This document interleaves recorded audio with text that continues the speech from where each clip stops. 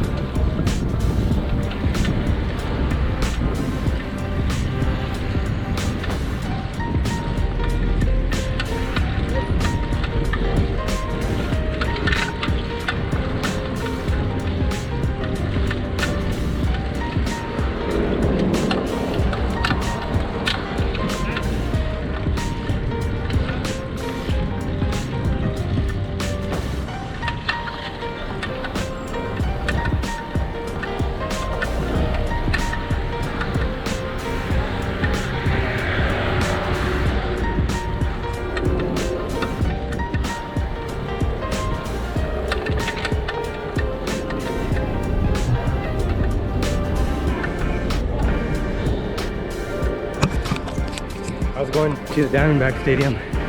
Forgot where I was.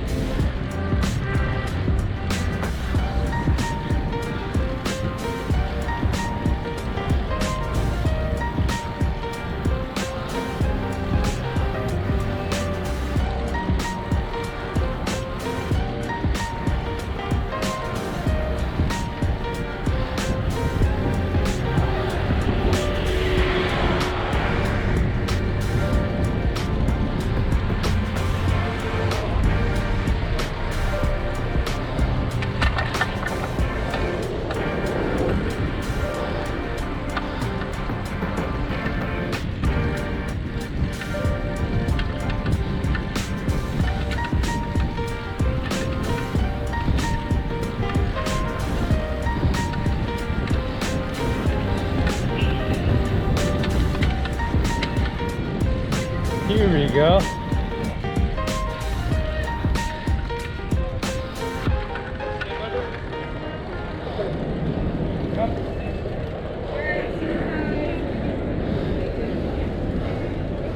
Caitlin Clark versus Diana Taurasi, the Rook versus the debatable GOAT of the WNBA. A highly anticipated matchup for this season, and this game delivered 100%. It was wild. It was so close. It was going back and forth. You didn't know who was gonna take it. Such a good game, such a good game. And I almost missed it. I almost blew the whole thing. For some reason, I thought the game started like at 6 p.m. I don't know where I got that random number from, 6 p.m. I got there in time to make tip off, all that. But dude, I missed the complete first quarter, basically the entire first quarter on some GoPro bullshit, dude, bullshit. So quick rant. For some reason, you're not allowed to bring in a GoPro to a basketball game. Like, dude, what the fuck? What am I gonna do with a GoPro at a basketball game? Okay, no disrespect to GoPro, because I'm a big fan, though the camera quality is gonna be shit in a basketball arena. Absolutely like horrendous low light performance, and then you can't even zoom. So I'm gonna have like a really far wide angle lens of bad quality basketball. If I had like a mirrorless, like high quality camera with maybe like a zoom lens, then okay, yeah, I get that. But dude, a fucking GoPro? What's the point? It's an action camera, dude. It makes no sense. It makes no sense why GoPro can't go inside an arena. The camera quality that comes out of an iPhone, an Android, is better than a GoPro in that situation. He goes, I can either confiscate it or you can take it back to your car. And I'm like, confiscate it, like you hold on to it and I pick it up at the end of the game. He's like, no, like I take it and then that's it. You don't get it back. Dude, what kind of bullshit question is that? So you're telling me I can either give you my $400 GoPro with all my footage or just take it back to the car? Dude, are you fucking kidding me? So, rode back to the casa, dropped off my GoPro, and then had to ride back. I mean, it's not like a long ride or anything like that, but it was hot as fuck, and I missed the first quarter. But okay, anyway, back to the game. So I missed the first quarter. I missed the whole like dab up with Brittany Griner and Diana Taurasi and Caitlin Clark at the beginning of the game. That was such a sweet moment that I missed. I didn't even get to see it live, you know? That would have warmed my heart so much. And dude, I also missed this fucking ankle breaker too. Dude, I probably would have been out of my seat like, oh shit, dude. But to miss that three, if she would have got that, that would have been an all-time highlight of hers. They would have been playing it during her retirement. So right away, Mercury took the lead. I mean, it's the Mercury. They have a stacked lineup. I mean, they have Diana Taurasi and Brittany Griner. Just those two alone, they were going off. And Cloud was going off as well, dude. She was nailing some shots, some three-pointers. She had a better three-point game than Caitlin Clark this game. She was going off. Because I was late, I missed the steep three-pointer from Caitlin Clark. Dude, come on, you serious? Why do you go to a Fever game? Why do you go to any WNBA game right now? It's because you want to see Caitlin Clark fucking drop dimes from the logo. That's why you go, dude. It's spectacular. At the very top of the list, you go because you want to see Caitlin Clark drop threes from deep. It's excitement. And then definitely the next reason is there's potential to get spotted in the crowd and become a basketball husband. Kaiser G, Rebecca Allen, what's up? Dude, who knows what could happen? I could just be in my seat enjoying the game. Somehow I get courtside and the ball rolls to my feet and I go to pick it up and then I see some very beautiful hands. I go to pick up the ball at the same time. Our hands touch and I look up and it's Kaiser and our eyes locked and sparks start flying everywhere like the 4th of July. And her heart's pounding, my heart's pounding. We give a little awkward smile and one thing leads to another and we're happily married. I'm at home watching the kids. She's off at basketball practice, preparing for our next game.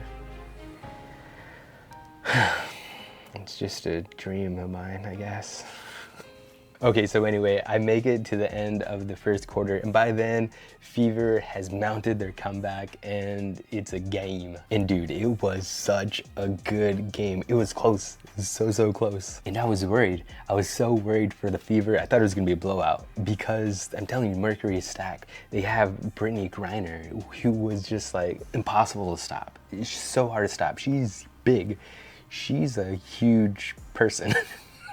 Dude, they just could not stop her. She was throwing it up, getting rebounds, blocking. Dude, 24 points, the most out of everyone in that entire game. She was doing damage. And then Diana Taurasi, 19 points, second highest scorer out of all the players. Dude, she was putting in work too. I mean, there's definitely a reason why she's considered one of the greatest women's basketball players. And I'm telling you, Cloud, dude, she was dropping dimes for three-pointers. She had a better three-point game than Caitlin during this game. And it was a big game to win. A lot was on the line. It was not going to look good for the losing team whatsoever. So things got heated. There was a lot of shoving, a lot of fouling, and a bunch of hostile acts. The whole game was under review for flagrant fouls and hostile acts. I could not even imagine getting tossed by Brittany Griner. Dude, she's so big. Throw me like a fucking rag doll. I mean, Rebecca Allen could toss me around if she wanted to. Good day, mate. Fever hung on though. Fever hung up. They did not let Mercury take off with the lead, and that was clutch. They held it together. They didn't let them get too far in the lead. I think maybe their highest lead was maybe 12, 11 points, something like that throughout the entire game. There was just no way they were gonna be able to come back past that. Thing is, Caitlin didn't even have that great of a game offensively, shooting wise. She didn't have major points. I think she ended with 15, which is definitely a good game for sure. The defense, they were shutting her down though. I mean, when you shut her down, that just opens it up for more possibilities for other players. And dude, those assists were stacking. I mean, that's what happens. I mean, you shut her down, but it just opens it up for other players. And so that's where she gets all those assists. So great teamwork and great judgment. That Aaliyah Boston, Caitlin Clark duo, dude, is so fire, so good. And the more they play together, the more comfortable they feel, the more they can anticipate each other's moves, the better it gets, Yeah, that duo is sick. Okay, so with her assists, she has some amazing passes, some great passes, some behind the back, some long balls and everything. Though yes, with that, she does have a lot of turnovers. Okay, so not all her fault. I mean, sometimes her teammates do fucking blow it, and it's not always Caitlin Clark's fault. Though I will say there were some sloppy ones. Where it's dude, why'd you do that? I can't talk because I'm not a basketball player, but sitting from the stands, you're dude, why? She is the Josh Allen. Josh Allen's gonna pull off some crazy passes, some risky ass passes. But Josh Allen is also gonna turn the ball over quite a bit. I mean, it's just the way it is. It's a style, and I respect it. You gotta go big or go home. I love it. Because when it comes through, dude, some of those passes are fucking fire, dude. But yeah, it did get a little sloppy sometimes. But they held it together. And going into the half, Mercury was only up by 8, which isn't a lot. Dude, that third quarter is when the Fever came back. And dude, third quarter, actually the entire second half, if not the whole game. I guess I missed the first quarter. Just the whole game, dude. But that third quarter is when Fever came back, dude. I don't know what they said to the players in the locker room. Bugs Bunny came in the locker room maybe with a little water bottle with, what does he have on there? Dude, what does Bugs Bunny come into the locker room and give the squad? I don't know. They were in a rhythm. They were shooting. The defense was good. Dude, they were coming back. Dude, damn, from the logo, dude, it probably never gets old. That's why you go, I'm telling you. It's just so crazy to see in person because it just out of nowhere. You know, you have a feeling, could this be it? Could this be when she fucking drops it? It's so exciting. The crowd gets into it, the team gets pumped, they take that energy and then they just roll with it. And then that momentum comes, and then next thing you know, they're just mounting that comeback, everything's clicking, and that's what happened. She fucking nails that 3 from the logo. Next thing you know, they go on a run and take the lead. But dude, I am telling you, DT showed up and she's like, I got range too, bitch. In that fourth quarter, you had no idea who was gonna take it. It was just going back and forth. It was just so close. It was tied multiple times in the fourth quarter, and it was anyone's game. It was anyone's game. Brittany Griner was just like unstoppable. She was putting up points, she was blocking. In the Fever, man, I'm telling you, they were shutting Caitlin down through their pass game. They were just moving the ball. All the players were stepping up. Other players were making shots when they needed to. It was just an overall team effort on the Fever side. Not to say the Mercury wasn't a team effort. There were a lot of players making really good plays on the Mercury side. It's just BG was dominating. It's a good thing Mercury made that trade last year. Dude, and this pass though from Diana Taurasi was just so smooth, so slick. It was like, damn. It looked so good. It almost made me want to be a lesbian in that moment. I was like, damn. But could you imagine if she bricked up that shot? She would have got her fucking ass beat in the locker room. So clean though. That fourth quarter was a battle, and that's really what made it a great game. Just like how close and how good of a matchup this game was.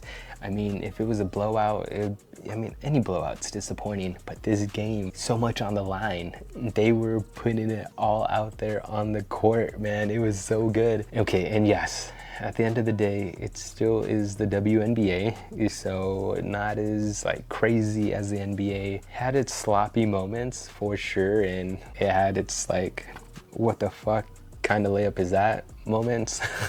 Like I have a cleaner layup than that. And I don't even play basketball. But overall, I mean, it was a really fun game to watch. Caitlin Clark is cold as fuck, man. Ice in her veins. This is why people enjoy watching her. 20 seconds left. The Fever is up by 1 point. 1 point. She goes to the line. She misses both of them, and all Mercury has to do is go for like an easy Brittany Griner toss-up. 2 points, game's over, Mercury wins. She makes one, and Mercury still only has to make a 2-pointer to tie the game. But of course, if she makes both of these free throws, it puts the pressure on the Mercury. They have to get a 3-pointer. It changes everything. It changes everything. These 2 shots, they say football is a game of inches. Same thing with basketball. Any little moment in the game, those all add up, but it all comes down towards the end where every little moment is magnified. Especially in this close of a game with so much riding on this game, Diana Taurasi versus Caitlin Clark, and she gets put on the line, dude. 20 seconds left, 2 free throws. She has to make it. Pressure, and she makes it, dude. And I have no idea what happens here at the end of the game with Cloud running into the ball like that. Dude, that's just heartbreaking. That's got to be tough to go down like that. And they didn't even get a shot off. They didn't even get to run their play because of that bonehead move. And you feel bad. You feel so bad because she was definitely top 3 player on the Mercury side. She was going off that game. She had such a good game to end it like that, to be the person. Who knows what could happen? Could they have made a 3? Who knows? She was going off that entire game. She was hitting those threes. Diana Taurasi was hitting those threes. They could have done it. But dude, after that, you knew it was game over. It was game. After that turnover, that was it. There was no coming back from that. That was huge. And it's crazy because the crowd went wild, man. It was insane. It was like for sure majority Fever. But you feel kind of bad because, I mean, it's a Mercury home game. And that's probably like the biggest crowd they've ever played in front of. And you're trying to show off for your home crowd. Damn, to hear everyone cheer and get excited whenever you lose at home, you kind of feel bad. Oh man, even though Caitlin didn't have like her best game, 1 rebound away from being the first rookie to ever have a triple-double. Dude, if she would have done that in that arena, that would have been wild. And I swear, I saw one of her own teammates rob her of a single rebound. I know I did. I know I did. Somebody's gonna have to go back and check the game film because I know she got robbed of a rebound from her own teammate as well. But yeah, who would have thought? I would have been so excited and pumped about a WNBA game. I don't want to make it sound like I hate women's sports. Kim Nonstop is one of the reasons I ride an Aventon. Dude, Yanya Gonbrek, dude, the greatest climber, I swear. Some of my favorite climbers are female. Miho Nanaka, Natalia Grossman, Brooke Rabitou. So it's not that, you know what I mean? It's just, come on. Have you seen some of those layups in the WNBA? It's just not always as exciting.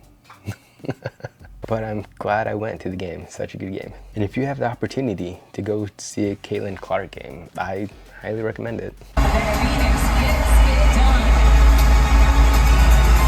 Kiki with her third triple of the day. Nice pass inside.